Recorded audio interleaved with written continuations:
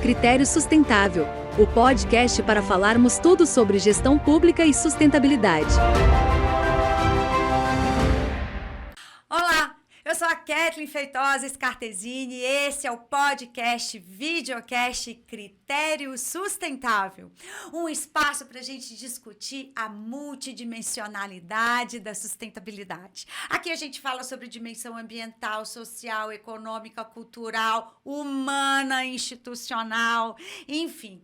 Tem papo para muitos episódios e você vai ficar sempre informado de tudo que está acontecendo nesse meio se você acionar o sininho, entrar nas nossas páginas no YouTube, no Instagram e nos seguir. Bom, eu sou uma mulher branca, com olhos castanhos, cabelo à altura do pescoço, estou com uma blusa branca de listras pretas de forma muito discreta. Estou sentada no novo estúdio da Omni Vídeo Produções, filmado agora em 4K. Tô adorando tudo isso. E nós estamos chiques demais, meninas.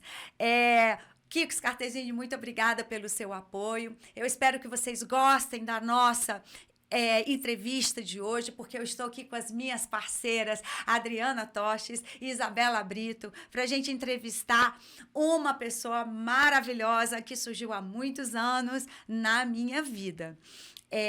E ela trabalha com marketing, trabalha com comunicação. Vamos falar sobre sustentabilidade nas organizações e nas empresas. Seja você o CEO de uma grande empresa, seja você um pequeno empreendedor, uma instituição pública, a gente tem sim que investir em marketing. Sabe por quê? Porque propaganda é a alma do negócio. E agora, para falar sobre isso, nós vamos conversar com a jornalista, minha amiga de uma vida, yogi, maravilhosa, Fernanda Quintanilha, CEO da Que Comunicação. Dri, é com você. Que delícia estar aqui com Kathleen, Isabela, Fernanda. Vou começar pela minha autodescrição. Eu sou morena, tenho cabelos escuros, sou 50 a mais. E vamos lá, Fernanda. 20 anos de experiência como jornalista, publicitária, especialista em marketing. Parabéns. Obrigada. É uma jornada, né? É uma jornada. Na Gente, verdade, 23 anos, né? 23, especificamente. Que legal. Já são 23 anos. Fernanda, tem 10 anos que você atua na consultoria de marketing jurídico. Interessante isso, né? Para escritórios de advocacia, consultorias, associações do setor. Como sócia-diretora de uma agência de marketing, aqui você ganhou um prêmio. Olha que bacana. Prêmio Comunicação 2021, melhor agência de comunicação, ficando entre as top 5. Mega Brasil Centro-Oeste. Que bacana. 2022 também. Que prazer ter você com a gente. Gente, vamos ouvir um pouco da Fernanda. Quem é Fernanda Quintanilha? Então, primeiro eu vou fazer minha autodescrição. Eu sou uma mulher branca, de cabelo castanho claro, tenho 1,70 m, 60 quilos e estou vestindo uma camisa preta de bolinhas brancas. Falando um pouquinho, então, agora sobre a minha trajetória, né? A Adriana já trouxe bem, são 23 anos de atuação na área de marketing, eu sou publicitária e jornalista. Fiz especialização na área de marketing e há 10 anos trabalho com marketing jurídico. Na verdade, eu comecei a minha trajetória no judiciário em 2006, quando eu conheci a Kathleen no Tribunal Superior Eleitoral. Fui convidada para ser assessora-chefe de comunicação corporativa e aí sim iniciou minha trajetória não só no judiciário, mas no serviço público, porque eu sou paulistana. Então, sempre morei em São Paulo e atuei em empresas, né, em empresas na época de tecnologia da informação, nacionais e multinacionais, enfim, então vivi muito esse mundo corporativo também. E depois tive a grande honra de integrar na Justiça Eleitoral e conhecer realmente um serviço público incrível, de qualidade, como a gente fala, né, que corre na veia depois para sempre, e foi isso que aconteceu. Eu não consegui mais sair, né, do judiciário, apesar de ter saído do TSE, construí e minha carreira foi aí galgada ao longo desses últimos anos no marketing para o judiciário. A gente também atende outros mercados, né, ao longo desses anos todos. E hoje estamos aí à frente com a Que Comunicação. E no meio disso tudo, a yoga. no meio disso tudo, na verdade, não é no meio, eu acho que é a base disso tudo, né? Tem 12 anos que eu entrei para esse caminho, né, do yoga. E inicialmente entrei como um foco de autoconhecimento pessoal mesmo, né, para trazer para minha vida, enfim, um equilíbrio maior. E fui me aprofundando, fiz 2 formações, na verdade várias outras, mas hoje eu sou professora de yoga formada em alguns caminhos aí, e aplico na minha vida pessoal mesmo, né? Eu acho que quando a gente fala do yoga, fazendo uma associação aí para sustentabilidade, né? O yoga é uma ferramenta de sustentabilidade humana, Sim, né? perfeito. É Do isso. nosso sistema mesmo, né? De trazer o equilíbrio. E eu tenho o yoga na minha vida como realmente essa ferramenta, né, de equilíbrio, porque o yoga não é só a prática que a gente vê ali, né, de ponta cabeça, mas, enfim, é uma filosofia e tudo que se passa aqui dentro desse corpo, mente e alma, né? Então, acho que se a gente fizer essa relação aí com a sustentabilidade mesmo, o yoga é essa ferramenta para mim. Inspirador. Vamos lá, Bela, com você. Olá, pessoal. Fazer minha autodescrição também. Eu sou uma mulher branca, de cabelos loiros, hoje escuros, não tão claros como antes. Tenho a pele clara, né? Estou trajando uma blusa branca. E é isso. Fernanda, você falou de outros mercados. Primeiro, te parabenizar. Obrigada. A gente que trata aqui da sustentabilidade, né? Encontrar pessoas que cuidam de si, né? Cuida do ser, né? Do ser humano antes você falou que isso é a sua base. Isso reflete em toda a sua vida, né? Como profissional, e certamente traz muitos benefícios, né? A sustentabilidade, como você falou, é isso, né? Você falou de outros mercados, falou que você tem atuado na administração pública, né, no Poder Judiciário. E trazendo um pouquinho para o tema sustentabilidade, a gente tem visto, né, diariamente, cada vez mais, a mídia tratando de temas, desse tema, né, da sustentabilidade, sendo que na administração pública a gente já vem tratando disso há mais de 20 anos, né, que mais de 20 anos. Eu queria saber de você os riscos, né, de uma comunicação sem base em práticas e resultados. Por que eu te pergunto isso? Nós observamos muitas empresas surfando nessa onda da sustentabilidade, nessa onda ESG, né, mas que tem adotado, né, modelos de negócio com riscos muito altos, como, por exemplo, a indústria da moda fast fashion. Termo que eu adoro falar sobre isso. Eu sempre tem uns posts falando sobre fast fashion. Quais os riscos, Fernanda, de não ser, mas aparecer, querer aparecer-se, né? Eu acho que, na verdade, assim, hoje você trouxe o termo ESG, né? Mas a gente já vem há muitos anos, se a gente buscar lá atrás, né? A gente fala de responsabilidade social, depois a gente fala de responsabilidade ambiental, aí a gente fala de sustentabilidade. Hoje o termo da moda é ESG, né? É um termo da moda, mas também é um termo, que eu estava até conversando com a Adriana sobre isso, são termos que vão surgindo para a gente organizar também essa comunicação, né? Para a gente conseguir conceituar, conseguir trazer, né, o que tem por trás disso tudo e depois comunicar. Como é que eu enxergo? Primeiro, a gente está falando de reputação de marca, né? Quando você fala de comunicação, de questões de sustentabilidade, de responsabilidade empresarial e corporativa, você está falando de reputação. As empresas, aí eu vou falar especificamente do mercado privado, né?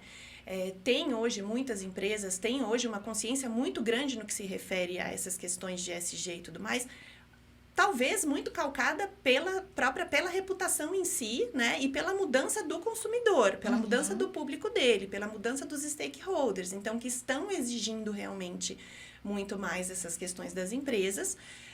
Então, uma comunicação embasada, né, sem nenhum resultado, né, ou sem nenhuma implementação, pode trazer, né, a falta de credibilidade, vai trazer a falta de credibilidade.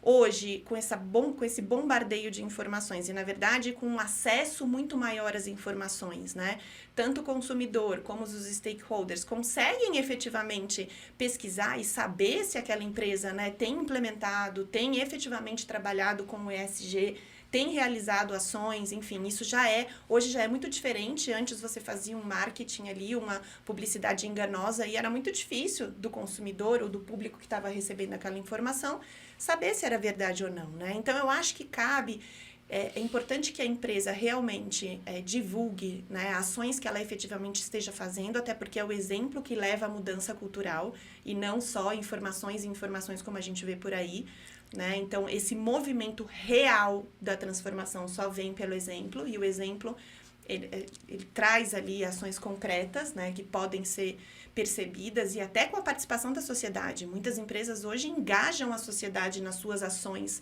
né, de marketing do ESG que elas vêm fazendo, porque dessa forma você consegue efetivamente mostrar que aquilo existe, né? Então, eu acho que esse movimento vem nesse sentido, muito forte em relação à reputação de marca, mas de responsabilidade mesmo das empresas, né? Fê, você falou algumas coisas que me chamaram bastante atenção, né? É o consumidor que impulsiona, muitas vezes, o mercado privado a mudar o comportamento. Mas, infelizmente, a gente ainda tem visto, primeiro, consumidores que invisibilizam as suas escolhas mais conscientes. Não quero escolher de forma consciente, ou então, talvez, as marcas ainda não estejam trazendo todas essas informações de uma forma transparente, né? Que no serviço público tem se feito um movimento muito forte, desde 1999, com a Agenda Ambiental da Administração Pública, de trazer muitas informações em relatórios, né, que trazem consumos, gastos, que são diretrizes para as contratações. Vamos voltar para o privado, depois dessa comparação. Você acha que tem, sim, muito ESG-washing dentro do mercado? Greenwashing, como que a gente tem falado, né? Como a Bela bem falou, não basta parecer, né? Tem que ser. O que você falaria sobre isso para nós? Eu acho que tem, sim, né? Mas tem não só no ESG, não só, né, no greenwashing, como em outros aspectos, como eu falei, na questão da responsabilidade social, enfim, em todos esses aspectos. Empresas que dizem trabalhar o ESG e tem por trás ali mão de obra quase que escrava, né, na produção. Então, assim, eu acho que isso não é especificamente do mercado ESG, não é do mercado, enfim, da comunicação ESG, né? Eu acho que isso faz parte, mas você trouxe algo muito importante, que vai falar do consumidor, né? E quando a gente fala em consumidor, porque nós estamos falando aqui de negócios, de empresas, de compra, de processo de compra. Só que antes disso, vamos dar um passo atrás, a gente está falando de seres humanos. Essa relação é humana. Essa relação, o cliente e a empresa, por trás ali tem uma pessoa, um ser humano, e no cliente também tem pessoas. E essa transformação eu acho que é a mais difícil, que é a mais importante, né? Porque senão a gente está todo mundo aqui num teatro, entre aspas, mas está todo mundo nos seus papéis, você no seu papel de consumidor, a empresa num papel, né, ali comercial, de negócio. Mas antes disso, a transformação pessoal. E a gente está falando de mudança de cultura. E a gente está falando de centenas e milhares de anos. Então, assim, né, como é que a gente trata isso?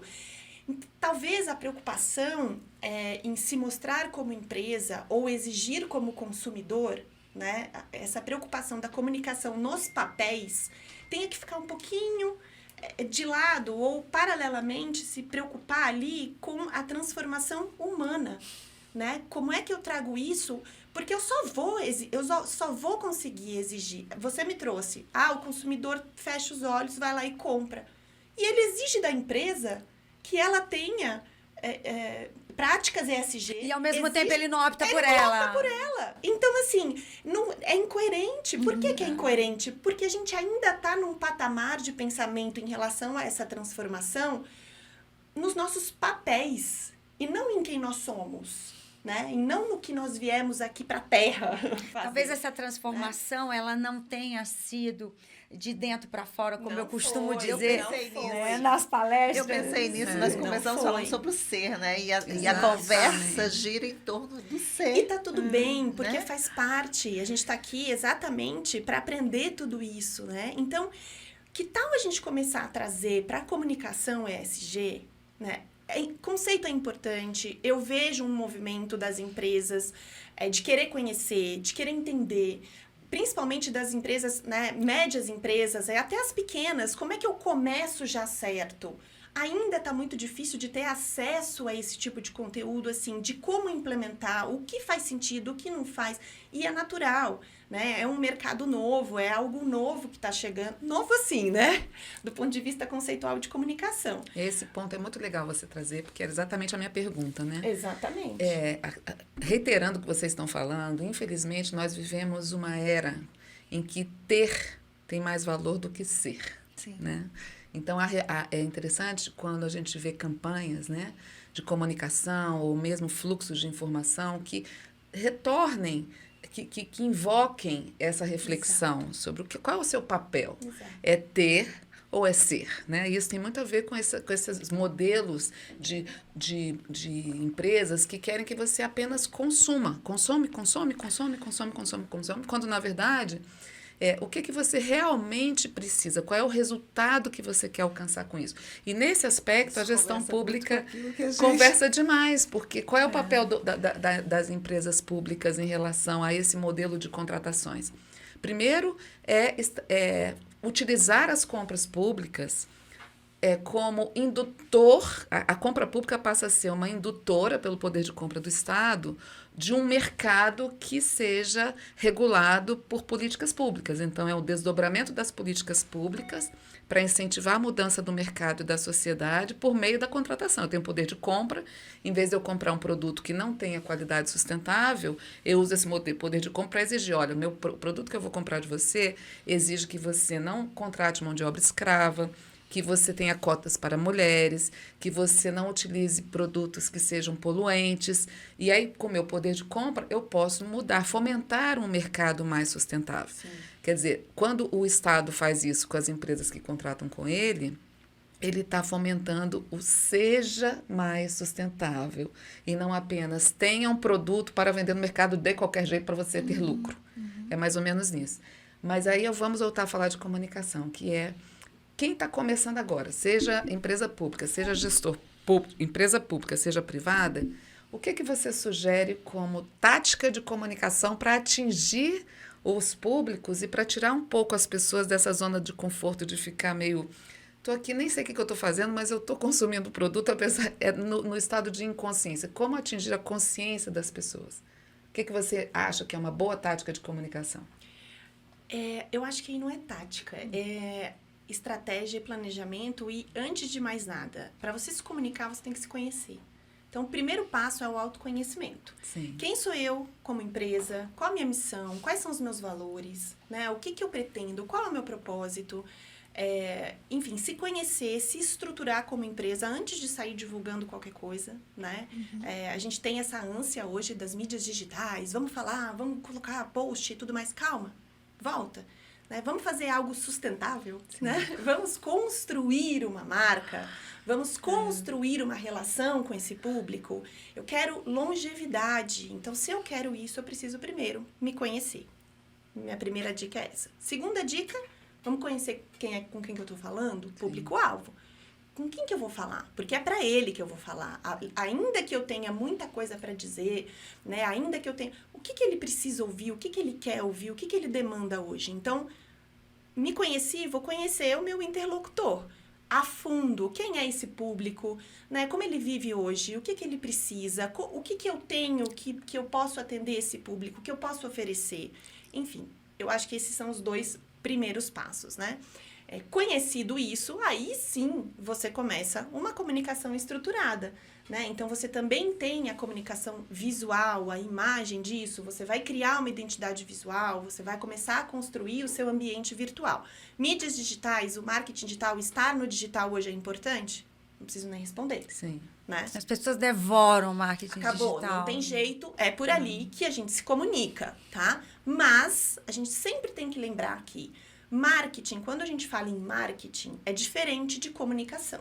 Marketing é muito mais amplo. Marketing, a gente tem uma visão disso que eu trouxe aqui, né? De negócio, quem sou eu, o que é que eu tenho para oferecer. E aí sim a gente tem as ferramentas de marketing. Uma das ferramentas é a comunicação, certo? A comunicação pela via digital, bacana. Mas existem também, e hoje a gente está num processo, é muito legal de se ver, porque eu acho que a gente vai de um extremo ao outro para depois chegar ao equilíbrio. Faz parte da vida, a vida é desse jeito, né? E a gente foi para um outro extremo de mídia digital, nessa loucura que, enfim, bombardeio de informações, a gente não sabe nem para onde olhar mais, e se diferenciar hoje está muito difícil dentro disso tudo, né? Então, a escolha das ferramentas certas para cada ação e para cada comunicação que você quer fazer. Cada ferramenta tem o seu papel. Eu vou transmitir conceito, porque isso é importante. A educação, né? Educação jurídica, educação de ESG, educação é papel também das empresas e do serviço público levar educação para o nosso público sobre isso. Até para que quando a gente tem essa relação, a gente esteja ali na mesma linguagem. Existem ferramentas específicas para isso. Vamos usar a mídia digital? Vamos usar a mídia digital. Agora, quando você fala, por exemplo, hoje, né, em se diferenciar, hoje a gente tem que gerar conteúdo ultra personalístico, de forma muito segmentada. E você não consegue mais falar uma coisa para todo mundo, sim, né? Porque você tem públicos distintos que estão ali sendo bombardeados e que para você chamar a atenção dele, você tem que conectar. Você tem que ter um conector ali com ele, né? Então, de que maneira fazer isso dentro das mídias digitais? De novo, você vai ter que planejar. Vamos planejar o que vai para a mídia digital, editorias de conteúdos distintas, como vai ser a linguagem na mídia digital. Mas você também vai planejar o que vocês fazem muito. Vocês vão em eventos, vocês palestram, vocês estão perto das pessoas, vocês vão de forma proativa levar essa comunicação, levar cases de sucesso. Hoje, a gente tem no mercado privado, aí eu trago, né, o que a gente tem atuado mais, mas de acordo com as pesquisas aí das grandes empresas, empresários e tudo mais, os canais de comunicação de ranking ali, né, de como os empresários, de como preferem se comunicar, né, eventos personalísticos, eventos personalizados, setoriais e tudo mais, estão ali figurando nos 55%, né? Então, assim, poxa, mas e as mídias digitais? Estão ali? Estão, claro que estão. Mas, gente, se tá todo mundo te bombardeando ali, como é que você vai conseguir, né, se conectar? Então, aí sim você entra, você percebe que é um processo. Você fez um autoconhecimento, foi conhecer seu público, aí você vai fazer um planejamento do seu negócio, né? Você vai organizar. Aí você vai começar a pensar nas ferramentas de comunicação, vai se estruturar primeiro com identidade visual, com conteúdo de comunicação, e depois você vai sim começar a executar. E lembrando que não precisa ser tudo ao mesmo tempo, né, gente? Vamos, né, dá para ser no passo a passo. O mundo está com muita pressa, né? Muita pressa, muita urgência. E aí, a urgência, eu acho que ela é inimiga da sustentabilidade. É verdade. A urgência Você não muda a cultura em um ano, né? Não muda. Não muda. E pode até parecer que tá dando certo ali no começo. Chegou ali na pontinha da mesa, ó, pluf, te cai. Exatamente. Porque não tem consistência. Não tem base, não tem sustentação. Não tem sustentação. Não tem sustentação. Né? Então, aonde você quer chegar? Depende de onde você quer chegar. Eu falo isso para os clientes também. Depende de onde você quer chegar. O que você quer? Você quer tentar vender rápido ali, fazer alguma... Vamos, tem ferramenta para isso. Vamos fazer? Vamos fazer. Só que ali você vai parar, né? E a comunicação ainda tem aquela questão, né? A gente demora anos para construir uma reputação de marca e 1 segundo para destruir. Muito bom você trazer esse tema, muito bom. Destruir. E as empresas e as marcas têm plena noção disso. Então, aí a gente entra na reputação e entra na questão do faço o que eu falo, mas não faço o que eu faço. Entra também na questão da ética e da integridade, Exatamente. que anda de mão dada com a sustentabilidade. Exatamente. É verdade. É isso mesmo. Bom, agora a gente vai trocar de papéis. Adoro. E eu vou fazer a entrevista com vocês. Vocês são minhas convidadas de honra. Eu já acompanho o trabalho da Kathleen há muitos anos. Acho que uns 15 anos, mais ou menos. Não vamos 17. esquecer isso.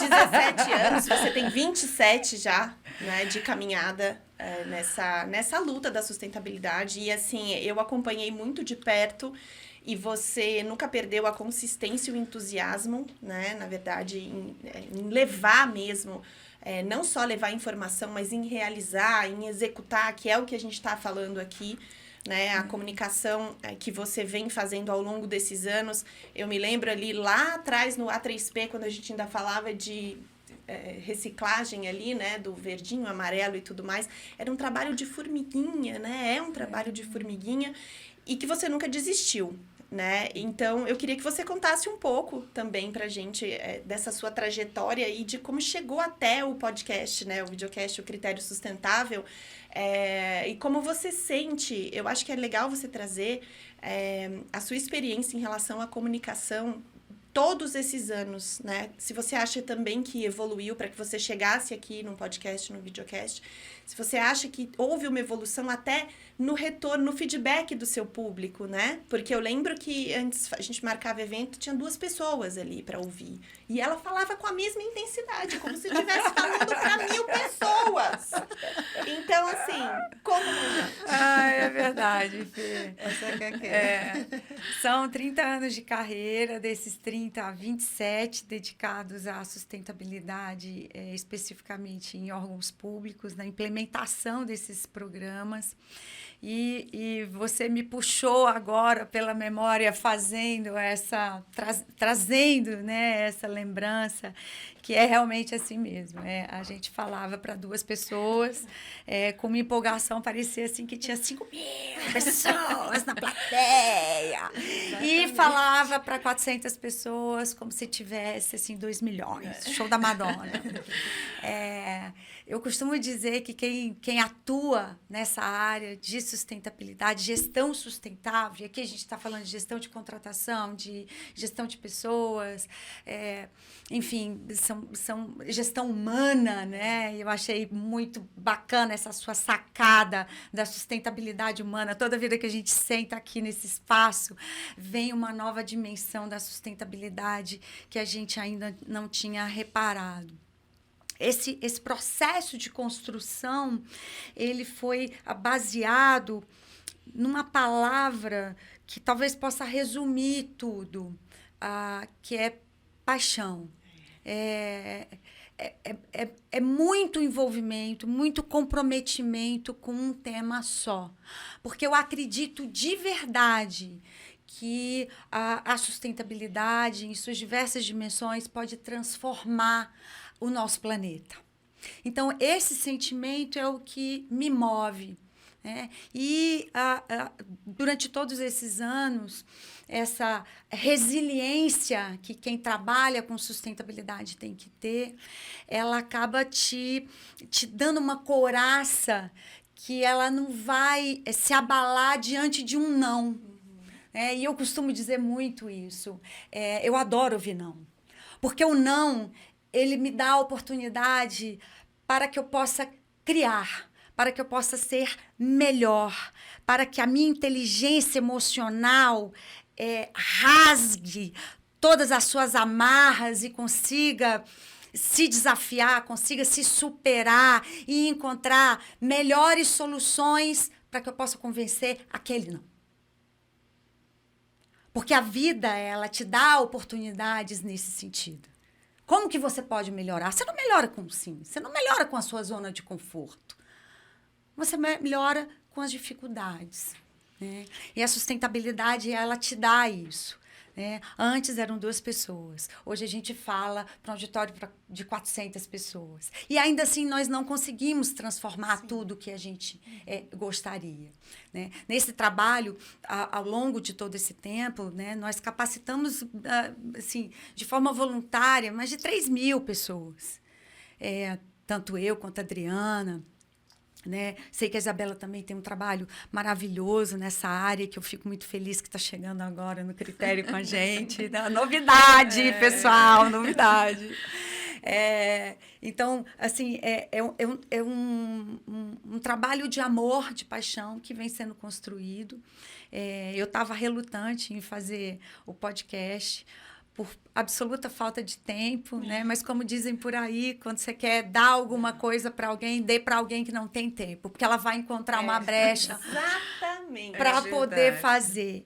E João Domingues e Rafael Sérgio me convidaram para participar do Reverbere. João, Rafa, um beijo para vocês. E ficou aquela, sabe, deixaram aquela pulguinha assim atrás da orelha. Você não vai fazer o que quer. Pô, você não vai fazer. Você tem tanto para dizer, você tem tanto para falar. E aí, mais uma vez, eu disse, Adriana, vamos fazer um trabalho voluntário de novo. Vamos continuar esse trabalho voluntário. Já que já não se tinha tempo, vamos arrumar mais tempo. Vamos arrumar mais tempo.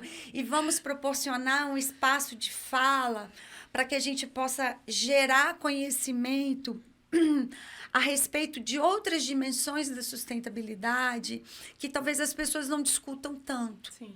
Então, normalmente, quando você fala em sustentabilidade, vem imediatamente o pilar ambiental. E a gente queria mostrar para as pessoas, não apenas nas nossas palestras, nas nossas aulas, nos eventos, mas a gente queria mostrar num papo reto, gostoso, com profissionais de A a Z, mercado privado, gestão pública, sociedade civil, terceiro setor, que a sustentabilidade ela tem diversas caras. E é olhando para essa multidimensionalidade que a gente consegue compreender o verdadeiro sentido da gente estar aqui. Então, está sendo uma delícia fazer o critério. Estou viciada em fazer o critério. E a Omni Vídeo Produções, que tem nos ajudado tanto nesse trabalho voluntário, está sofrendo, porque o tempo inteiro a gente quer trazer mais gente nova aqui para conversar com a gente sobre esse assunto. Acho que é por aí, Fê. Você trouxe algumas questões importantes, você trouxe algumas palavras, né? Que é a paixão, né? A inteligência emocional, e ser uma pessoa melhor na vida. Essa comunicação, é dessa comunicação que eu estou falando, né?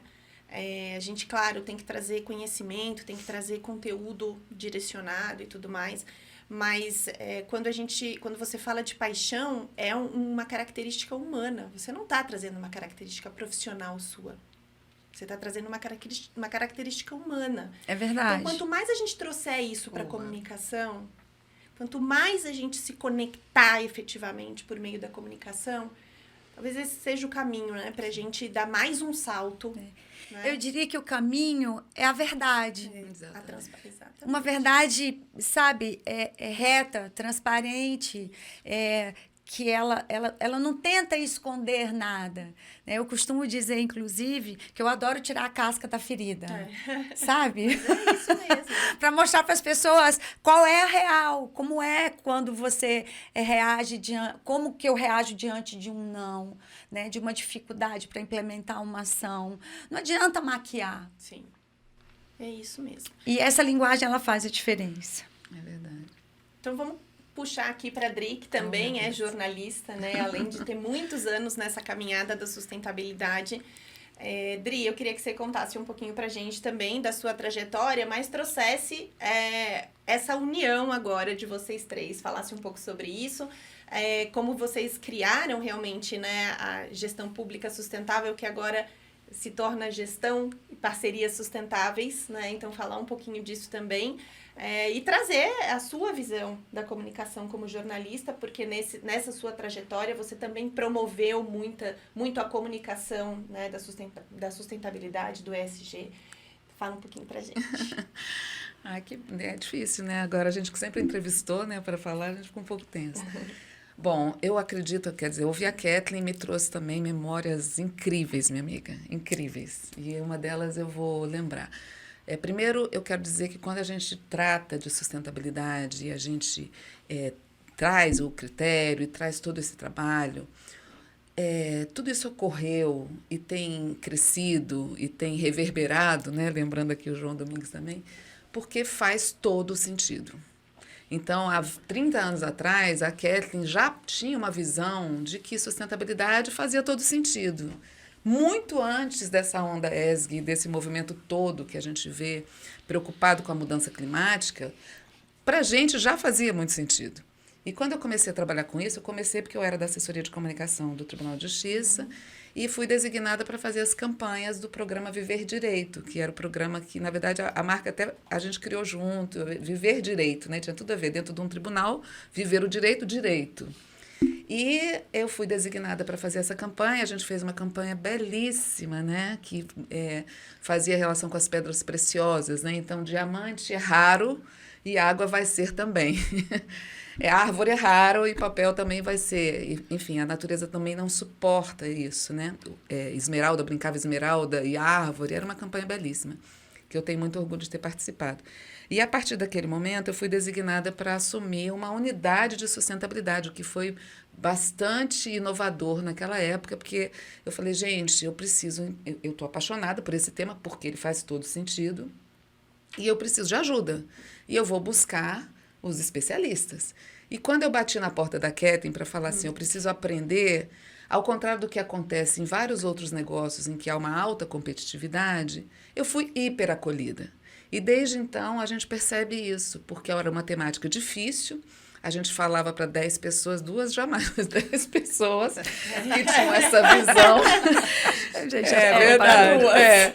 E era muito. E as pessoas, o que a gente percebia é que quem já tinha esse olhar de que fazia todo sentido, não tinha o olhar das suas chefias ou dos seus colegas sobre isso. Então, as pessoas tinham uma carência de como eu vou começar, como eu vou fazer, como eu vou executar. E a gente foi, eu e Kathleen, a gente deu as mãos uma para outra, e tinha um colega também maravilhoso, o Ganem Amden, que é um queridíssimo.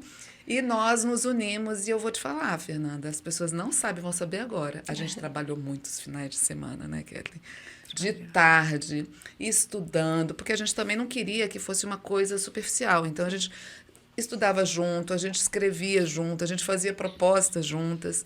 Kathleen já realizava o seminário de planejamento estratégico e sustentabilidade do STJ há algum tempo, e nós começamos a entender que todo aquele debate que ocorria no seminário, que reunia várias pessoas da nossa área, dos órgãos que chegavam empolgadíssimas, porque Kathleen abria a porta do STJ e falava assim, venham, vamos debater esse tema juntos, de mão dada, um ajudando o outro.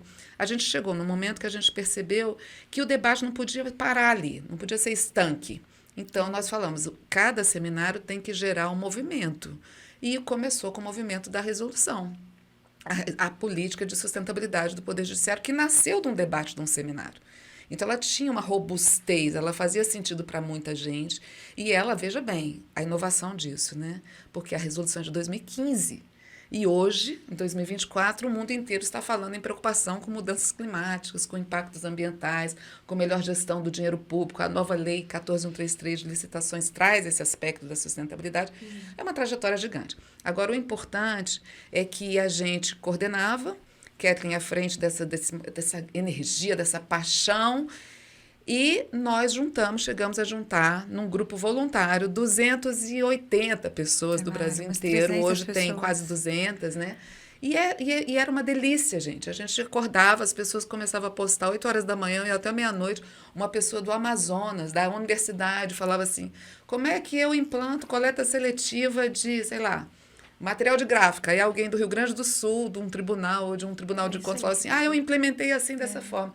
Então, foi um trabalho que foi sendo construído a muitas mãos, e agora a gente chegou à conclusão, ao trazer também, ao criar o critério sustentável, que é mais um bracinho desse grupo, nós fomos para o Instagram, fomos para o Facebook, sempre de forma voluntária, fizemos diversas capacitações, onde só encontramos um ambiente muito carente de informações sobre sustentabilidade, sobre como aplicar isso, como adotar o plano de logística sustentável de forma que ele trouxesse efetivos resultados e não se conformasse em ser apenas um catálogozinho de dados do órgão, de quanto você gastou de papel e tal, para ficar ali parado.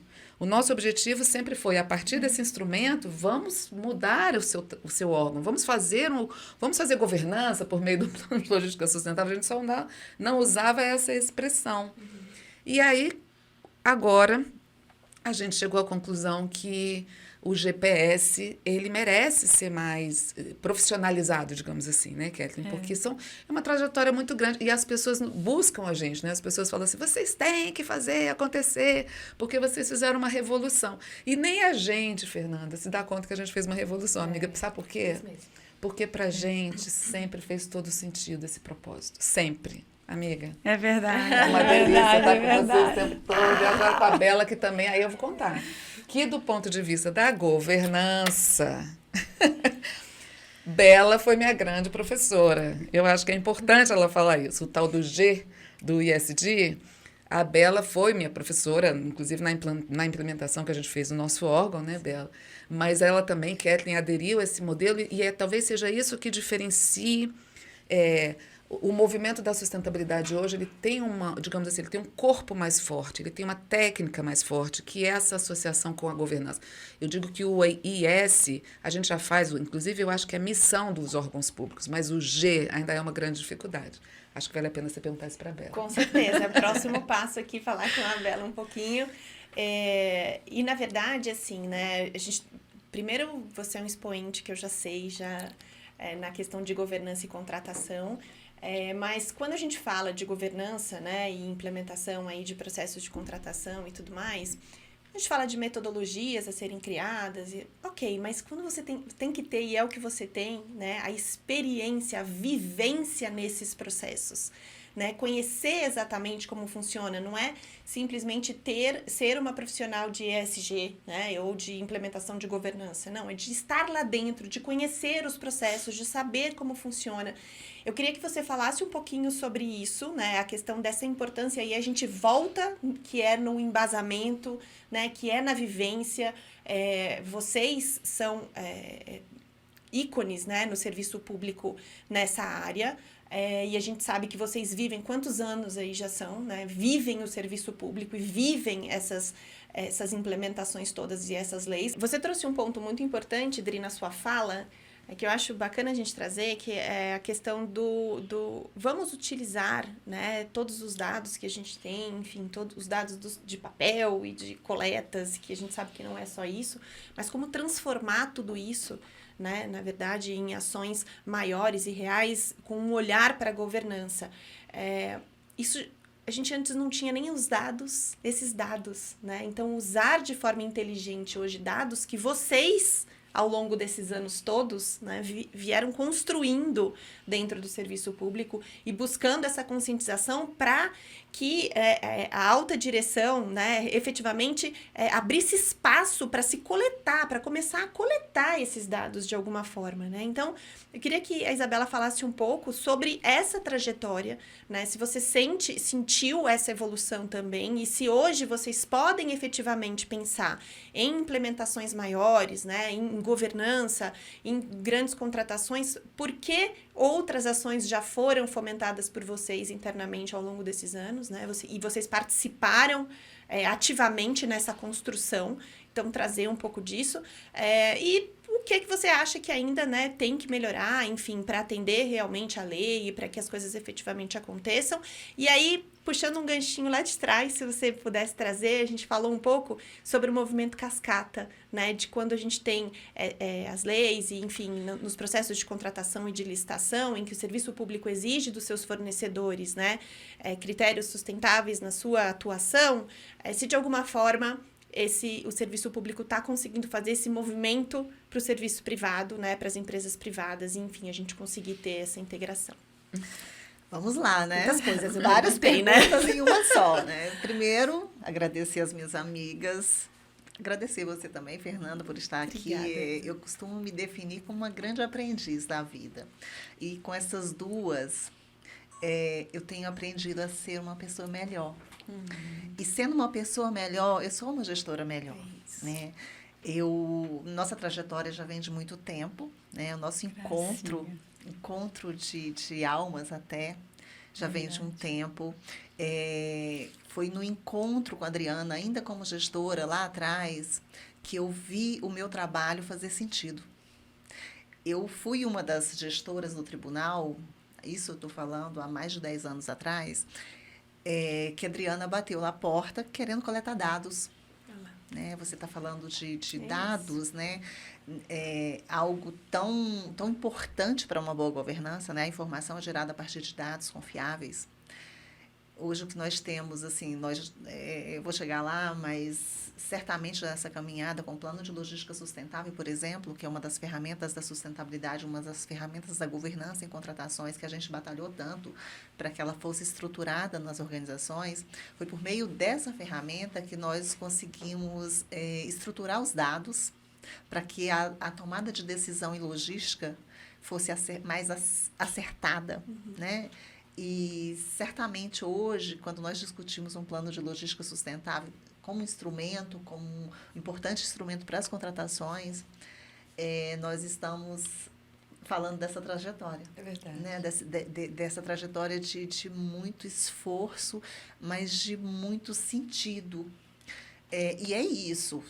A sustentabilidade, Fernanda, é uma honra mesmo te conhecer, né? A Keke e a Adriana já conheciam, mas a vida é isso. Acho que a vida vai agregando pessoas com o mesmo objetivo, pessoas que as almas se alinham, que as missões se alinham. Né? Você falou sobre isso também, né? Sobre missão, sobre valores, sobre ser. Né?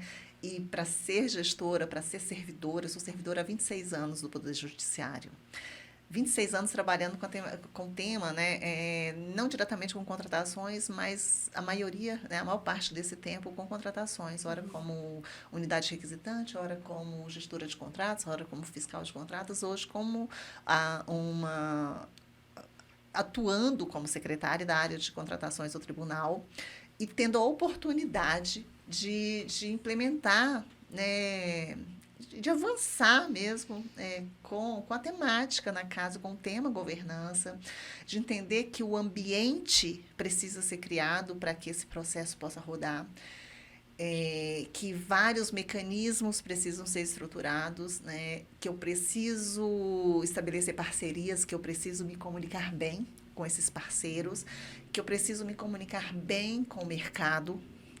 Eu preciso entender esse mercado, eu preciso entender que essa contratação pública, ela tem um impacto grande no fomento à inovação, no fomento a novos mercados, né? E no fomento a essa mudança do nosso planeta, né? As mudanças essenciais que nós precisamos, enquanto sociedade, fazer. Enfim, sobre esse mercado, sabe, essa promoção da inovação, a gente hoje tem uma nova lei de licitações que, ao contrário da lei 8666, que fazia poucas menções ali à questão da sustentabilidade, hoje a lei 14133 ela é recheada, ela traz o desenvolvimento nacional sustentável como princípio, ela traz o desenvolvimento nacional como objetivo, toda uma governança precisa ser estruturada em torno desses objetivos, então eu preciso ter uma governança que olhe para esse desenvolvimento nacional sustentável. Como fazer isso? Né? Como movimentar todos esses parceiros, todas essas partes interessadas para promover esse desenvolvimento nacional sustentável? Então, tudo começa com a mudança cultural, tudo começa com ser, comigo, com a minha consciência. Por isso, talvez a nossa, né, volta de novo, a nossa sintonia, porque faz muito sentido. E, como eu disse, assim, eu me posiciono muito como uma pessoa que quer aprender e que gosta de estar com pessoas assim. Isso reverbera. Isso me faz querer ser melhor. Conhecer pessoas como vocês, sabe? Ouvir o critério na minha esteira, fazendo minha caminhada matinal, conhecendo as diversas dimensões da sustentabilidade, mas principalmente conhecendo as pessoas que lutam por essa pauta, traz muito sentido. Me faz querer ser melhor. Por isso eu estou aqui. E, na verdade, a Adriana trouxe... A gente estava conversando sobre isso, né? A questão da sustentabilidade, ela envolve inúmeras nuances, né? Quando a gente fala em sustentabilidade, como vocês falaram, vem na cabeça das pessoas a questão ambiental. E eu ouvindo também, né, o critério e ouvindo a Kathleen, ouvindo a Adriana... Enfim, é tanta coisa envolvida quando se fala em sustentabilidade. Né? A gente não está falando só de questões de contratação ou questões, enfim, comerciais. A contratação é o meio. A contratação é o meio. E eu preciso entender que se eu fizer bem uma contratação, essa contratação vai atender a minha real necessidade. Né? Vai impulsionar o mercado a ser mais sustentável também. Né? E promover mudanças sociais Exatamente. muito importantes. Sim. Quer dizer, o lá na ponta, que talvez né, ninguém nem olhe ou não imagine que faça parte do processo de sustentabilidade, né? A Kathleen traz questões, né? Enfim, vocês já trouxeram aqui no Critério, né? Inúmeras entrevistas, né? Em que a gente fala ali do morador de rua, né? Em que a gente fala ali da violência com a mulher, em que a gente fala do trabalho escravo. Quer dizer, então, são tantas questões sociais envolvidas e que se pensar nessas mudanças na contratação aqui, né? Tudo que isso vai gerar, enfim, é muita coisa, A né? gente tenta seguir a muita Agenda coisa. 2030, né? A Agenda 2030 também é muito ampla, né? É. Mas o que se busca mesmo, gente, é um mundo melhor. E esse é o sonho de todo mundo, né? Kathleen, eu conversaria aqui por horas. Não, nem me fale. Gente, olha, o negócio é o seguinte, esse papo tá muito gostoso. Realmente a gente tem muita informação para passar para quem nos assiste, seja pelo viés do mercado privado, seja pelo viés do mercado público, e eu acho que isso tudo acaba interagindo de uma certa forma. O que importa é a mudança. Mas agora o trabalho voluntário vai dar espaço ao trabalho remunerado de Kix Cartesini. Então, eu agradeço a todos vocês que nos ouviram até agora. E eu queria deixar um beijo especial para vocês três e vou fazer um agradecimento especial para outra pessoa que deveria estar aqui e que nos uniu, Tatiana Camarão. É verdade, queridíssima. Só para deixar registrado. Eu queria deixar uma frase do Seth Godin para a nossa reflexão. Marketing é contar uma história sobre o valor que a sua empresa pode agregar à vida do cliente. Eu acho que todos nós aqui estamos agregando a vida das pessoas com esse trabalho.